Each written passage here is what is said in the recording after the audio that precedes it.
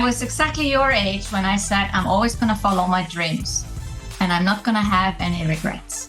I was in my late 40s and still had a student loan because I did 4 degrees. But I followed my heart, I followed my dream, and I didn't want to have any regrets that I didn't do so. For some reason, I wrote down 2 things. I'm still perplexed about this. I wrote down, have my own business, make $1 million. And I was like, well, I've publicly announced it, so I better get my act together. And the closer I got, I'm like, oh, only 100,000 to go. And literally, 31st of December, just before midnight. This is unbelievable. It's like a movie. I'm at $1 million. Get ready for the next iteration of you on your path to becoming wealthy. On this show, you'll get the insider's view on wealth creation, the class none of us got taught in school, with my co-host, daughter, and beginning investor, Sophia Bosch. And now, let's get started. Welcome to Becoming Wealthy. I'm your host, Michelle Bosch. Sophia Bosch is my co-host, and she's 16 years old, and we are so excited today because we have a lady that is a superstar. I mean, I have been inspired from the moment that I met her. She's Europe's #1 online business mentor, and her name is Sigrun. Sigrun, how are you? How are you? What's going on? I know it's the middle of the night for you. Well, I'm great. I'm in Iceland, so it's still before midnight, and that's just the right time for a night owl like me. Thank you for being here. I thought perhaps you were in Switzerland, but you are in Iceland. So just for our listeners and for Sophia's benefit as well. So Sophia, Sigrun is a business mentor. She was the CEO of a software company at some point in her life, in her career. She actually went to school to study architecture, but obviously that's not the path that she took. She is a TEDx speaker. Have you seen like the TEDx talks? Yeah. You know? Well, she has her own TED Talk. Yeah. And her whole mission is, in business and in general, is to advance gender equality through female entrepreneurship, which means gender pay equality, mainly when we're talking about entrepreneurship, which we're talking about basically helping women become wealthy by becoming entrepreneurs. And so I was just ecstatic and over the moon excited and grateful when I sent her an email asking her, would you please say yes to this personal favor? I'm working on this, project with my 16-year-old daughter. We're trying to structure time together. We're trying to pass on wisdom from one generation to the next. We're trying to impact other women. We're trying to, truly be wealthy in the entire sense of the word. And she was one of the first ones that says, I'm in. You got it. And so I'm so excited to have you here. And I read just a few days ago, or maybe it was last week, Sigrun, and I know you're still there in Iceland, that you were actually somewhere else traveling exclusively to Iceland for a strike. Can you tell Sophia the historical significance and why you felt so strongly about being in Iceland for this one particular strike? Yeah. I think one of the reasons that I am so interested in gender equality is also being brought up in Iceland. Mm-hmm. And I was only 4 years old in 1975. Oh, now I've revealed my age. And in 1975, 90% of women walked out of their homes or their workplace because they were furious about how they were undervalued in society, not just in terms of pay, but also what they were doing at their home as housewives and mothers and taking care of the elderly and all the things that women tend to do still today. Mm-hmm. And this was, when you have so many women actually walk out and they were not feeding their kids or cooking or doing the dishes or anything, and also not going to work. And I must say, I'm really proud of my mother, because she says she's not a feminist, but she she did leave me and my sister, my younger sister, at my grandmother's. So she did not expect my father to take care of us. She didn't even think of it. She said it didn't even enter her mind back then that he could do that. But A different generation. Yeah. it's a different generation. But she went into the city, and she was one of those women who, despite being threatened by her employer and told she would not get paid for that day, and she really needed the money, she still went ahead and said, I am going, I'm gonna, we're walking out. This is a strike. And this monumental thing, it is fantastic to look at the pictures, the whole city center full of women. And you I wasn't there, but I can just sense the power. And this was a watershed moment for gender equality in Iceland and worldwide, because Icelandic women have inspired other women in other countries. And only the following year, there was a law put in place that you have to pay women equally to men. So the strike impacted right away. Policy right away, policy, basically. This is policy changes, yeah?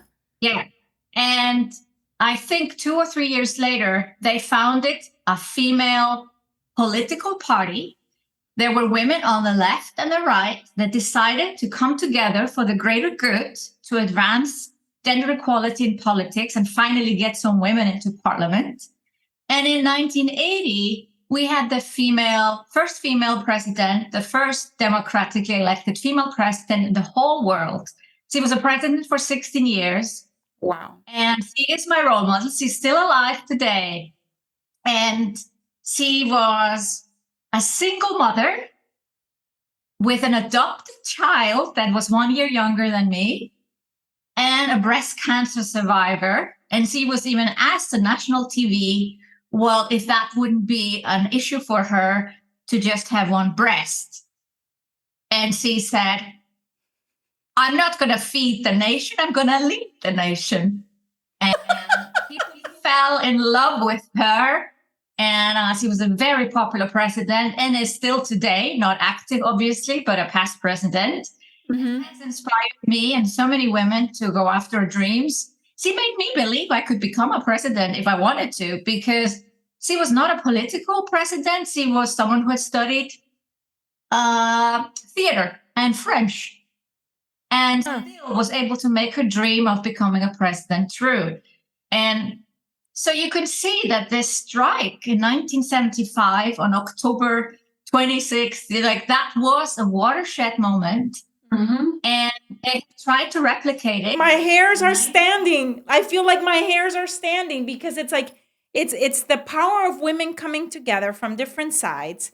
It's the power also of a woman that doesn't have the the curriculum, the resume for to become president, yet she becomes president. She makes everyone fall in love with her. Fall in love with her. She leads the nation and is an example basically for the entire world, to see that nothing wrong, nothing bad happens when, number one, women have power, number two, women lead, and number three, women have money.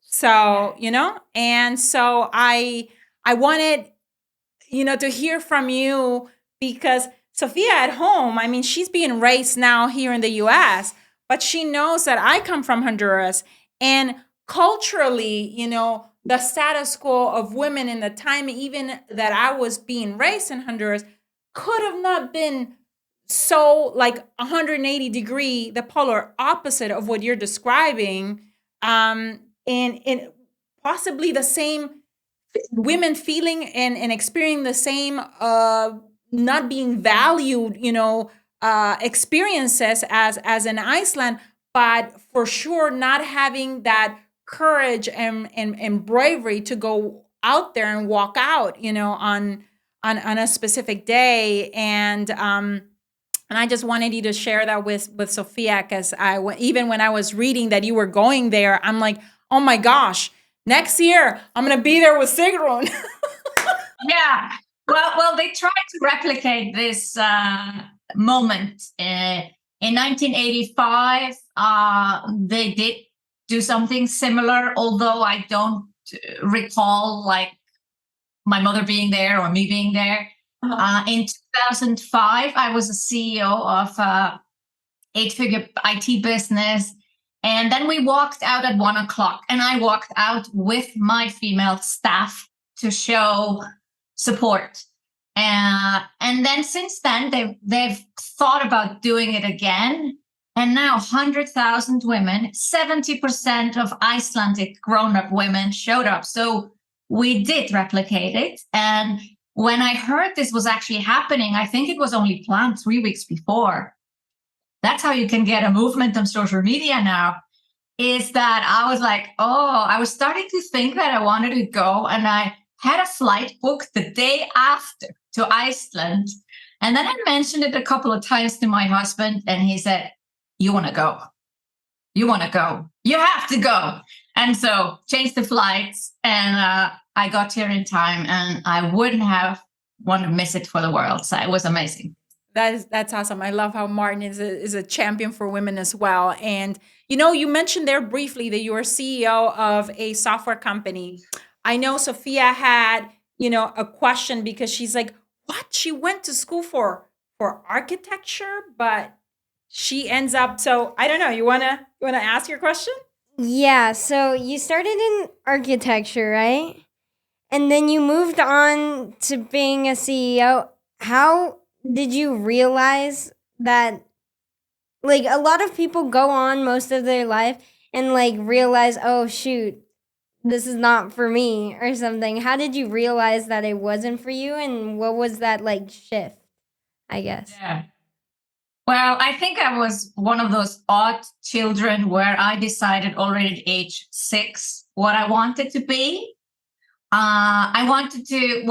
The thing was, we were supposed to write a story in school, and they submitted the stories to the radio station. We had one radio station at the time. And for some reason, they read my story, and it was a crappy story. It was about a cat. I don't even like cats. I'm a dog person. But that the fact that my story was read on national radio inspired me back. I decided I'm going to become an author. And then that was 6 years old. And then my mother was like, oh, I don't like this idea. Back in the days, you couldn't really live from that. In Iceland, you have to sell a lot of books, as we know. Yeah. And she was like, yeah, this is not a really real job. You should think about a proper job. And I took that very seriously, that I had to figure out what I wanted to be in life. So I really liked my teachers. So when I was 8, I was like, oh, this is great. They get 4 months off in the summer. So I can be a teacher and an author in the summer break. So I had this all figured out. And then by the age of 11, the teachers went on strike. And I was like, why are you going on strike? And then the teacher said, because we get too little pay. And I'm like, well, I guess that's not a good job then. I had no idea how much they earned, but he wrote the number, on the board, and it didn't seem like a lot of money to me, even though I was not obsessed with money or even understood it so well. But anyway, I was like, I can't be a teacher. So I was like, oh, author, teacher. And I was like, what do I like to do in life? Oh, I like to draw. So I'm like, I'll be an architect then. So I was 11. And then that same summer, we go on a summer vacation in south of Germany. And we're going through the Black Forest. I'm like, I'm going to study here. I was in Freiburg. Sophia is very familiar. We were just there earlier this year. The Freiburg, Chiara. Yeah. She has a very good friend that is studying there at the University of Freiburg, and it's super quaint. And oh my God, in terms of architecture, you guys have gone. I was here when you were there. That's right. Anyways, we will visit it then next summer. Take me, yeah. You have to visit. It's such a nice little city. And I fell in love with it. And I was only 11. And I stood on the main square and I was like, I'm going to come back. So I was just talking to myself like out loud that I was going to come back and study architecture. And I did it. When I was 20 years old, I moved to Freiburg with one suitcase. I didn't realize you couldn't study architecture in Freiburg, but I spent a year there learning German. And then I moved to another city an hour away, Karlsruhe, and I studied architecture there. And why did I choose architecture? I do like the combination of art and science. Like I have a brother that also likes math, but I still like to be creative. So for me, That's what I thought. That's the exact. I liked math and I liked drawing. So that's what I think this is why she considered it at some point. And I thought when she said considered it for a good 4 years. And I was like, when she said it, I'm like, you know what? I wouldn't be opposed to that because we're in real estate. You could always design, new property, plans for us, and like it would this would go. I'm thinking like your mother was thinking probably back then. I'm like, yeah, I can see how this takes advantage. Could benefit everyone. Of the architecture study, not so much of me being an author or teacher. Yeah. But yeah, and then I studied architecture and I loved the studying. So the studying part is amazing. And then there came a time where I needed to work like an apprentice, to kind of, Yeah. out. So during my summer holidays, I would work in an architecture office in Iceland. And I got to know the reality of being an architect. And it's very different from the study. You do not design so much. It is less than 10% designed. Yeah. Because you have to be you have to comply. You have to comply and like honor the wishes of the client. Yeah. Yeah, you have to constantly change because the client wants this differently. And at some point it may be completely different from what you thought it should be. Then you have to meet engineers and there has to be a hole there in the wall because of whatever. And, there are all these regulations and rules and the roof needs to be like that. And it started to feel less creative than what I had envisioned. Yeah. And maybe also the architecture office that I worked for, it was two guys and they were not trying to be the most successful in the world, if you want to say it like that. So sometimes I got my salary a little bit later and I started to think, I don't know if this is such a secure job. It's like the ups and downs because, when you have a big project, you get paid. Yeah. And, then you have to live on that for 4 months until the next big project gets paid. So that's a reality of if you want to be an independent architect yourself. And I had envisioned one of these famous architects like Frank Gehry or Richard Meyer. Oh my gosh, yeah. The thing is, Frank Lloyd Wright. Yeah. 0.01% that makes it. Yeah. And there are very few women, unfortunately, that make it. And I'm not doubting that women can do it, but it's just a fact that it's very few women that make it in the big world of architecture. So I don't know, my interests started to kind of dwindle a little bit in actually working as an architect. But at the same time, the internet came, which again shows how old I am. And we got an email and I had to press Control K and X to send emails. There was no mouse. But I fell in love with the internet. Like we were doing AutoCAD to make the drawings for the architecture. And then I did some extra courses where you did 3D 3D worlds. And I learned a programming language. So instead of doing website HTML, I learned VRML and I could do 3D structures. And I was like, this is very exciting. I start to see the bridge now to software in general, because I was going to ask, my goodness, so how do we go from there to the software part? And all along, you weren't disappointed to find out that, not a whole lot of women make it big. Your enthusiasm, as I hear, from the moment that you were 4, to when you were writing your book, when you you decided that, oh, perhaps I should be a teacher. There's always enthusiasm with the possibility of each of those roles, and so it seems to me that maybe when you decided, okay, architecture is not it, your curiosity and love for learning kicks in, and you're already enthusiastic and optimistic about the next possibility that this can open. Yeah, that is spot on.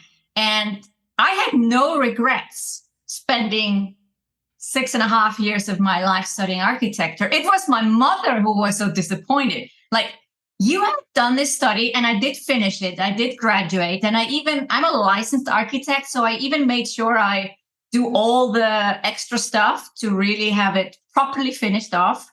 Yeah. But I knew already almost 2 years before graduation that I would not be an architect, because I fell in love with the possibility of 3D worlds, internet, virtual reality, which took ages to actually gain foot. But yeah, that's it went kind of automatically over, and I got so excited and literally zero regrets. So I think when people just follow their passion, there is no regrets. And I think actually I'm like, it's great that I studied architecture. Like, I learned a lot of just my thinking, and then I go to Florence or something, and I'm like, oh, I studied art history, and I know everything about these buildings. This is great. So it's a learning a language. It's not a waste of time. Yeah, absolutely. And I know Sophia has, this love and passion for visual arts. So I, when I knew that, you had said yes, I thought, oh my gosh, how perfect this is going to be, because I keep on telling Sophia, I mean, it's settled now. She's not interested in architecture, but I'm like, but the arts in general is something that is still, that is, dear to her heart. And I'm like, right now, as we graduate high school, those first years, once you graduate high school, are not for you to play it safe, are for you to take big risks, are for you to go out there and experiment, to go try out things. She has right now the privilege opportunity, that she's standing on our shoulders, where Jack and I, we didn't have the opportunity to say, oh, I'm going to take a gap year to figure out what I wanted to do. I mean, our parents, at least my mom, didn't have the funds to support me to go on a year of gap, of taking a gap year, or I couldn't support myself in going to a college where I wasn't going to have at the end of that study a specific way for me to earn a living. I couldn't afford to do that. And she's on a different, on a different playing field, I feel. And if you think about it, everyone is on that same leveled playing field. It's not just because of what we have accomplished, but everyone is on that same playing field where they can, follow their passion, follow their curiosity, and go take big risks on the things that really light a fire on you, right? That really make you feel alive. And because so much of I feel of true wealth is feeling fulfilled and satisfied. I think we're all as a society trained to come up and set goals, but very few of us are being, I think, taught to think about value creation and how, with something that I'm passionate about, can I create value so that I will hit the wealth goals, the financial goals in the process, but also feel fulfilled and satisfied, and just personally feel fulfilled. Otherwise you hear of so many people that reach goals, but are empty inside, Sigrun, and I mean, now you teach other women, that are perhaps experts at something, and they have gone down a specific path, and you're teaching them to, again, feel fulfilled, better paid, and go on the possibility of this new reinvention and take big risks. And I feel that that's that's part of like being wealthy in the whole sense of the word, when it comes to not just the money, but also the fulfillment and the satisfaction and the impact that you can make. Yeah, So, absolutely. so, And so, it's so important to follow your dreams. Like I can say, and I took a decision when I was your age, Sophia.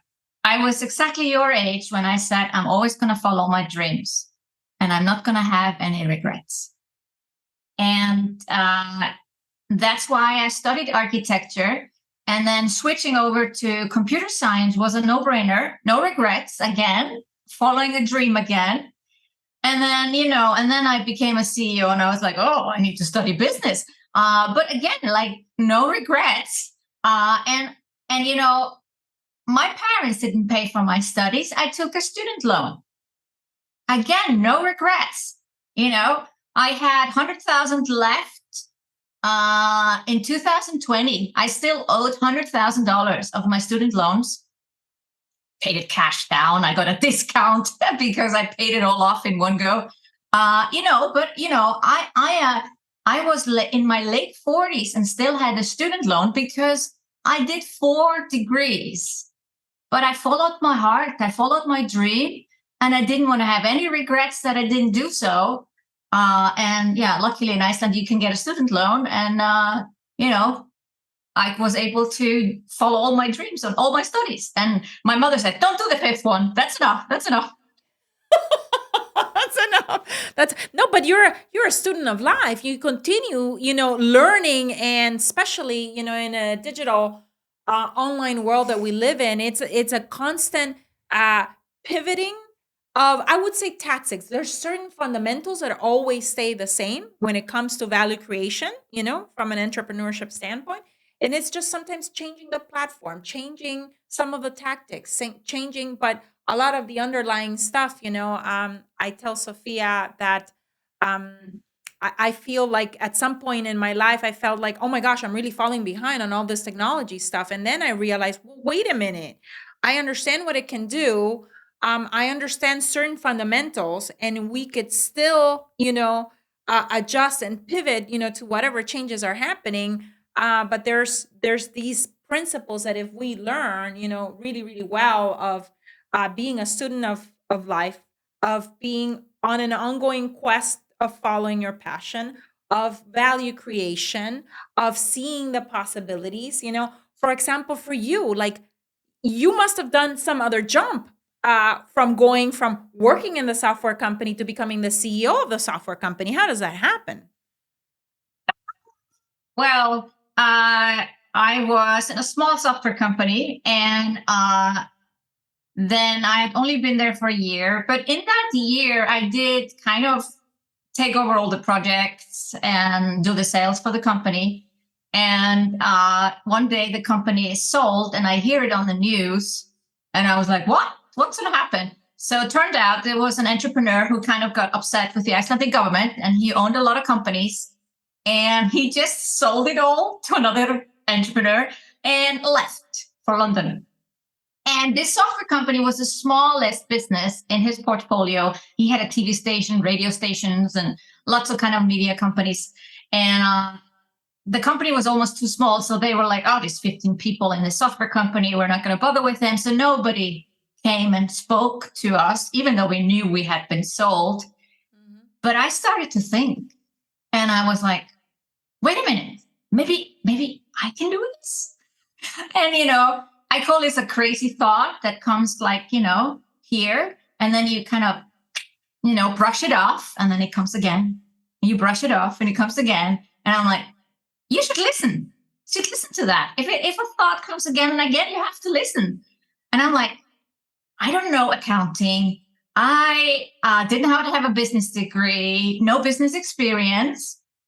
And I was like, why not have this crazy thought? But I don't think you have the thought unless you actually kind of can do it, Yes. The thought comes, and the desire and that whisper is there, because somewhere deep inside you, that potential is inside of you and exists. And it's just the fact that you're getting that little voice and that thought means you have it. Means you have it. You have Yeah. it. You have it. Absolutely. And you had actually one high income skill. I heard you that you were really good. You were working and helping them in sales.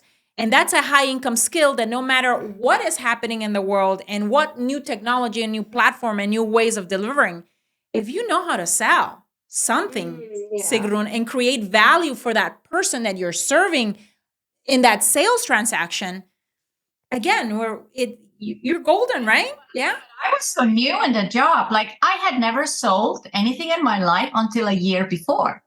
Like I'm not a natural salesperson. I'm not like, some of these people that, with 6 years old, they sold candy or lemonade or whatever, and they constantly sold something. And my parents had their own business. They had a dry cleaning. But it's not a company where you're selling. It's a very service oriented thing. People come with their clothes and you wash them. And you don't have to convince them to bring their clothes. Either they bring their clothes or not. But obviously I learned some common sense because I started to work when I was 10 and I worked in all my holidays until I was 23 in the dry cleaning. And I didn't think of that when it came to the CEO thing. And when I got the job in a software company, I was selling within 2 weeks a software that I didn't even know before, but it's consulting sales, which is still different, but still you have to sell. Yeah. And sometimes I would figure out, hey, this is not a fit. And then I would just say so. But if it was a fit, I would be very convincing, obviously, because I believed it was the best thing for the client. Yeah. But I did not see myself as a salesperson. And the people who had bought the company, they had no idea who I was or what my job was at the company or if I was a good employee or not. So I was a little bit there like, what do I do next? I figured out who had bought the company. I called up someone who I knew it's like a private equity firm, and I knew someone working there. Iceland is a small country. So you're like, I go through the staff list. I'm like, I've seen this. I was playing with this person when I was 10. So I'm like, I call her up and say, hey, we played when we were 10 years old. And she told me to send a memo, 2-page memo, the current status of the company, the future of this industry. And I'm like, never written anything like this in my life. But, I got help from a few people and then I sent it in and then silence. I didn't hear anything. And then I took 1 day off from work because I was still studying. This time, alongside my project management job, I was studying computer science. And I had one test to go to. So I take 1 day off from work. I'm at home studying for the exam. And then my sister, who is working at the company, calls me up and says, the new owner was there and you weren't here. And I was like, now I've missed my chance. Like, that was my instant thought that this chance is now gone.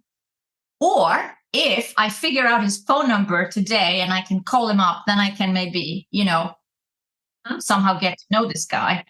Your hustle mode turned on. Yes. And then how do you get a phone number of someone who doesn't give out his phone number? Yeah. You lie. And that's not something I do lightly. But you say you urgently need to, I would say it's half a lie because I said, I work in the company that he just bought and I urgently need to get a hold of him. And that's how I got his mobile phone number. I mean, no, that's like true. That is true. That is 100%. It was an urgent matter to you. It may have not been to him, but it was to him too, because the future of his company depended on your call. You can twist it however way you want. And I was always thinking, where's my memo? Where's my memo? So even before he could say much, I was just, do you have my memo? And he said, yes, I do. Oh, and then I didn't know what to say next. I was like, well, meet me in a coffee place. And to make a long story short, I got the job because he thought this is so bold of her to apply for the job without experience and being a nobody, really. And I had an Excel sheet prepared with a budget. Everything prepared, even if I didn't know I have a clue what I was doing. And I got the job, and he became one of my best business mentors I've had in my whole life. That is what What an amazing story. And you know how many of us would have not acted on those voices, on those thoughts, on that impulse, on that idea, out of like, oh my gosh, I missed my chance. But immediately you're like the eternal optimist, and you're like, no, let me get my hustle mode on. Let me figure out how can I call this man. What do you think, as you know, so you become the CEO of that. I know that then Sigrun was very ill for some time, and at some point she cannot work for a long period of time. I think over 7 months, right, Sigrun? And that basically makes her kind of like rethink how she wants to continue living her life, how to earn a living. She wants to spend more time in Iceland. She wants to spend more time in Switzerland. I know, you know, you're married to this amazing Swiss man that you actually met here in America at an event. and and she goes out on a limb again, the eternal optimist, and she starts a business, Sophia. And that business hits 7 figures. And I wanted to basically get us to this point, Sigrun, in the conversation, because Sophia has a goal right now of that I'm trying to combine that goal again with value creation, with always thinking about how can I be of value to others, such that by age 21, you know, I can have a 7-figure net worth, which means, you know, that she has some assets. She might have some liabilities, you know, in order to buy that asset. Maybe she needs to get financing from the bank. But that, you know, the net result of the assets minus the liabilities, that it puts her, you know, at 21 years of age at around $1 million in net worth. And so I wanted to ask you, what was the number one attribute or distinction that helped you make that leap of being the CEO? And I don't know what the salary was, maybe the compensation was amazing, you know, but that makes you take the leap to being a 7-figure earner, and kind of like helps you take on that identity of a 7-figure earner. What was that distinction? What do you think? Yeah, there are a couple of steps to that. I didn't get a great salary as a CEO. I was always a CEO of small businesses. So calculated in today's rate, I think I was lucky if it was 200,000 a year. You know, it was not great. But, you know, I could start to buy my first apartment early, you know, just on a mortgage. Yeah.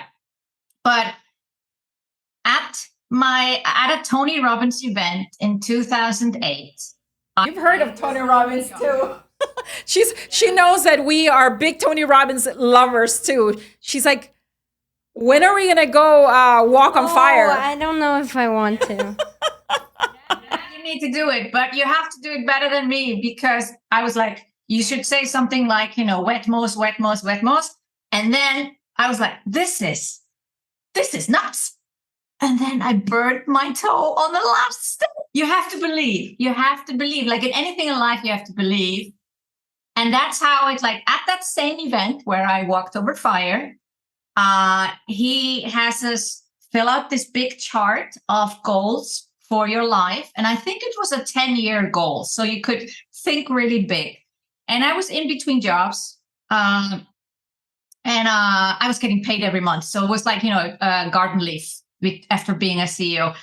And I was not thinking about entrepreneurship. But in this environment where, you know, Tony Robbins seminar typically attracts a lot of entrepreneurs as well, for some reason, I wrote down 2 things. I'm still perplexed about this. I wrote down, have my own business, make $1 million.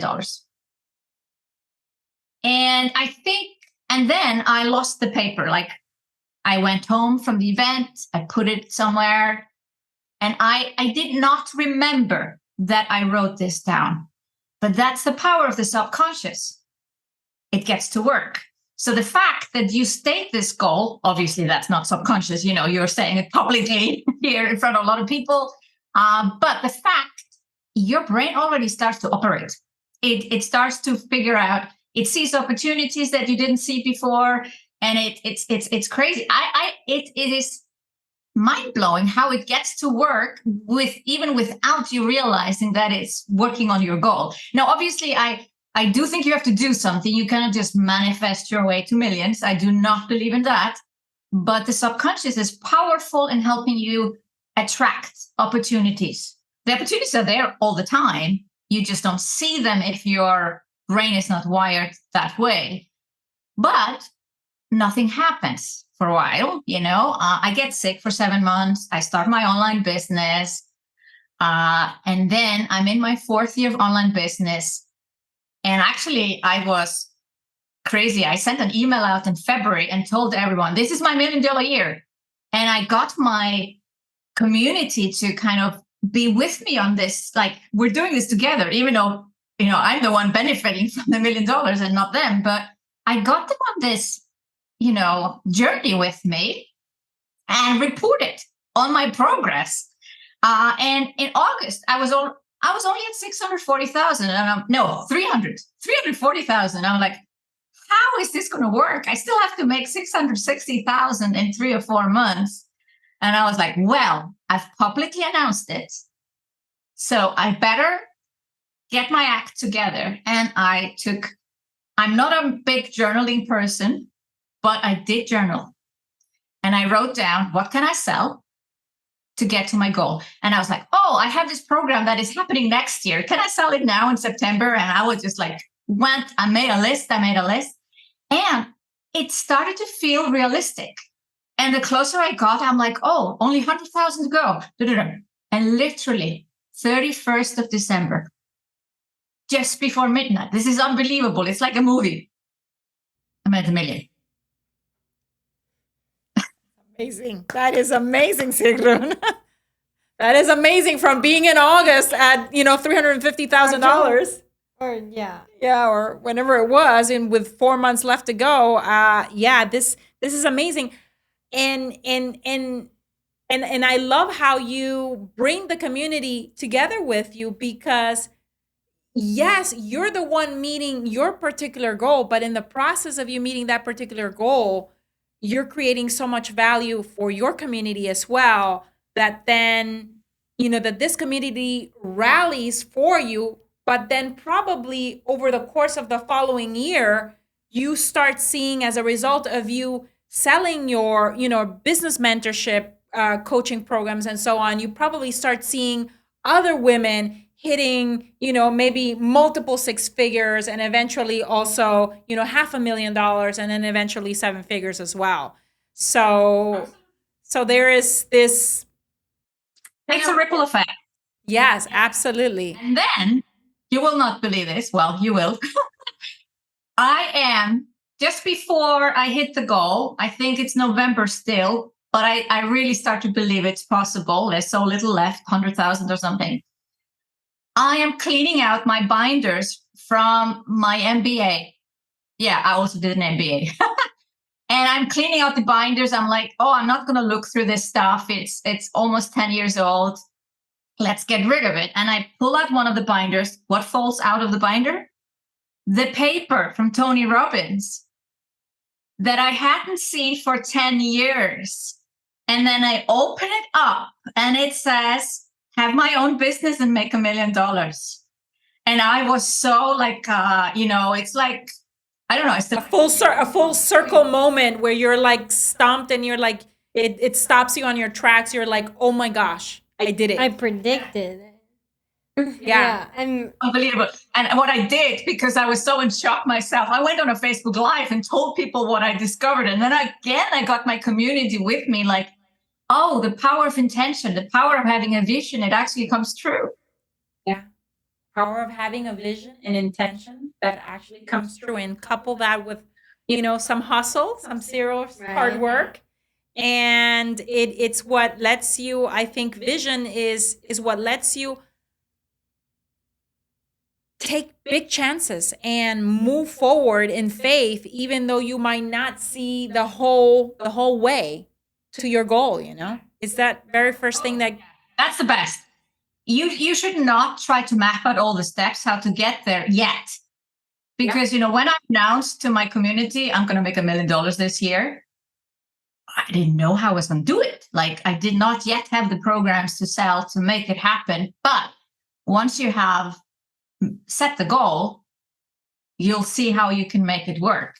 And the same with me wanting to do a big event. I was like, I'm doing a big event, and you'll figure out the rest.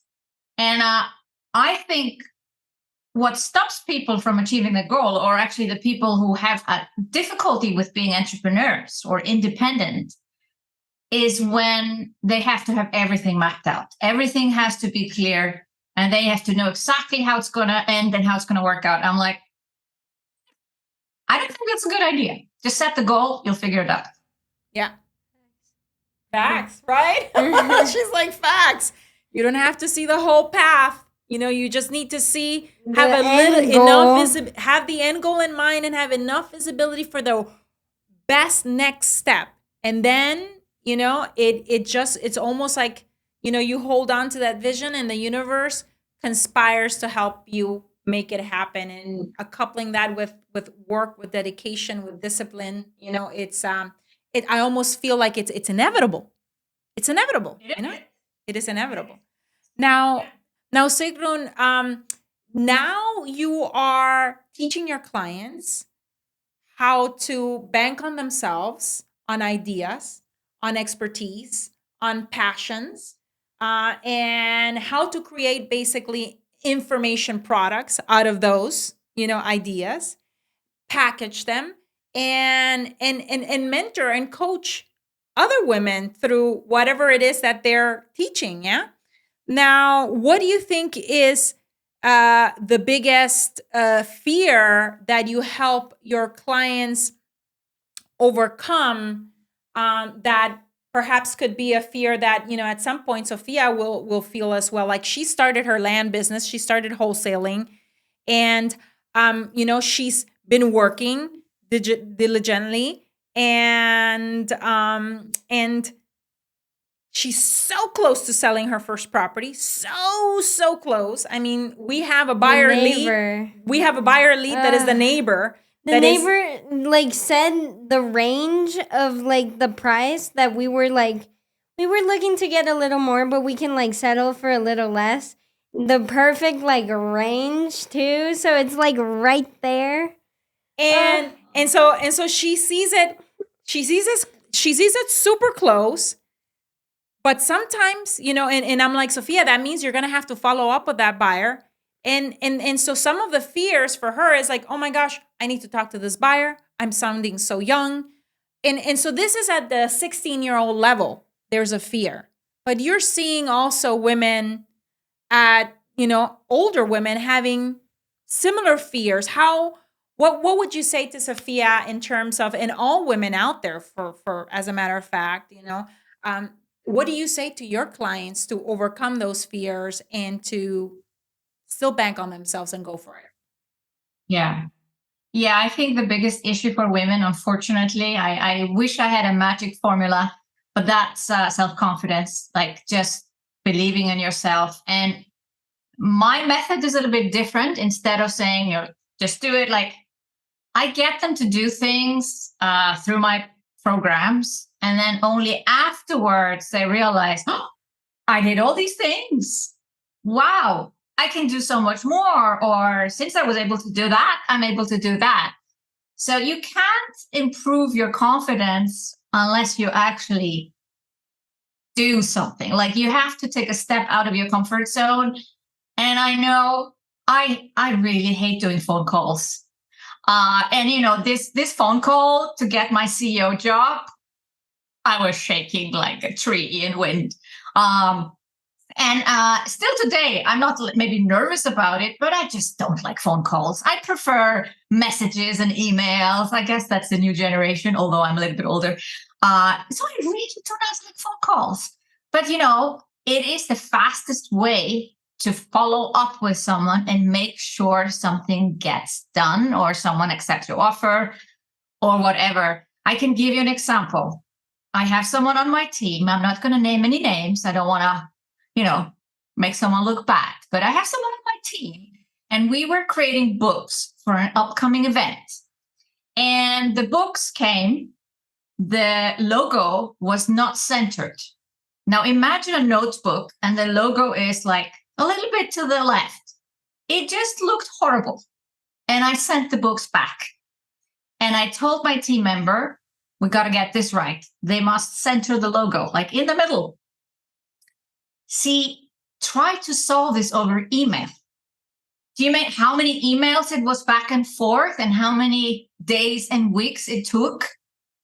And in the end, someone else from my team had to pick up the phone and just say, guys, just center it, the logo. And that's it. And we got the books. And now we have a centered logo. The thing is, people try so hard, and I get it. I also don't like calling people. But if you want to get something done, pick up the phone. Woo! If you're going to get something done, pick up the phone. I'm going to heart that. I love that. Sigrun, I want to be respectful. I know it's really late for you.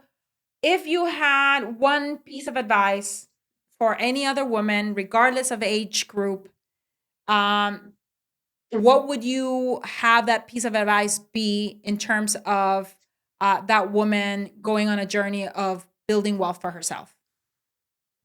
One piece of advice that you had. What would that be? Well, I think we all wish we'd start earlier. So, I'm a bit jealous of Sophia. It's great to start so early. Most people start to think about it way too late to build wealth. So start as early as you can. And then, this is not advice from me personally, but, I've gone to a lot of Tony Robbins seminar. And one tip was, let's say someone has a salary, is not an entrepreneur. Every time you get an salary increase, you take that away so you don't see it.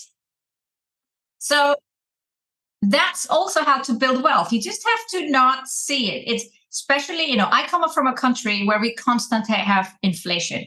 It's very hard for people who grow up in countries like Iceland and other countries with high inflation to save.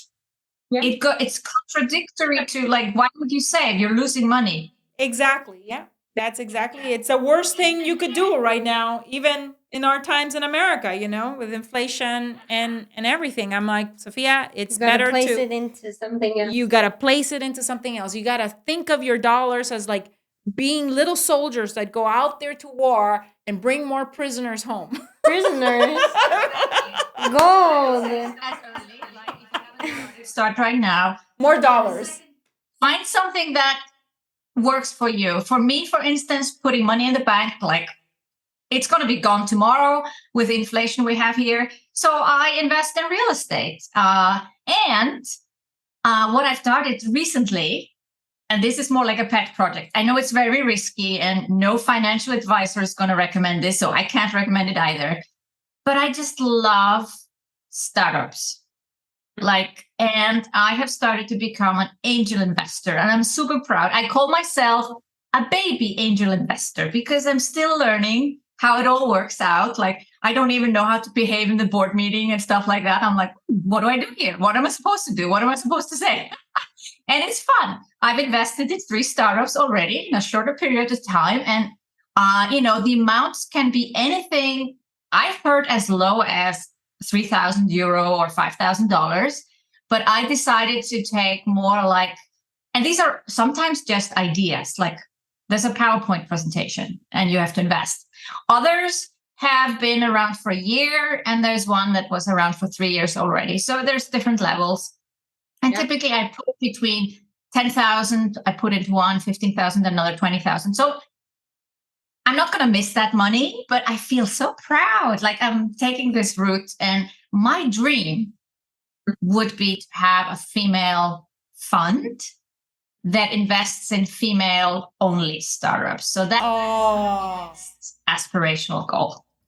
You are like me. Like I'm on a mission right now over the next 3 years. I'm very passionate about impact investing in communities that I believe that we can create into first-class communities, through apartment investing. And I want in 3 years' time, I have a similar dream of like, okay, having a project of maybe 100 and 150 units in an apartment community be fully invested and owned by women, and and us really transforming that community, and the families that live there, and not just offering housing, but a home, the possibility for their kids to get tutoring, the possibility to have, maybe a library, like so many things that that we value. I think as women, that are much more transformational in nature of the community, and less transactional. Yeah. And so I feel that that's kind of like where your heart is in, just in the venture capital world as well. But that is amazing. I love it. So whenever you're ready, I'm happy to support and see what's out there, in the world of entrepreneurship, especially for women, Sophia. When a woman comes, so very few women, first of all, get the confidence to go out there and pitch an idea, and if they do, they don't get as funded with the ease that their male counterparts do. So Right. this is pretty amazing, Sigrun. Yeah. I think it's like 2% Yeah. is female founders, and it's we gotta change that. Luckily, there are already funds that exist that have a similar mission, but we need more. And it's great to be a female investor. Like, one of the companies I invested in, they were making sure to have 50% men and 50% women investors. And that's how I got pitched to invest. And I think they would not have pitched me unless they would have had that goal. So I feel very kind of, I want to give back in the same way. Yeah, absolutely. I love that. I love that. Now, Sigrun, if anyone that is listening to us would love to hear about, your coaching programs, your MBA, because you have kind of like a Sigrun's online MBA school, for female entrepreneurs. Where can they find out about you? Where can they, learn more about what you offer? How can they follow you? I know you have your own podcast as well. Yeah. I have my podcast, The Sigrun Show. I also have a book called Kickstart Your Online Business for those who want to create an online course and start to make sales that way. And I have a special link that you can add to the show notes, where you can get the book for free instead of buying it on Amazon. And you can find out everything else on sigrun.com. That's my website. And on social media, I'm sigrun.com, my handle. Sigrun, thank you so much for being with us this evening. Evening for you, afternoon for us.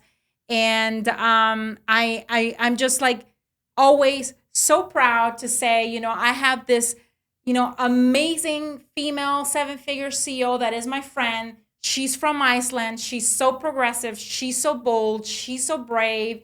She makes me feel brave, and that my ideas have value, and that I should go out there and do amazing things, like the amazing things that you're doing. So thank you so much for, so many years now of friendship, and of leading the way for all of us, Sigrun, so that we can go out there and chase our dreams and push the boundaries of what's possible, right?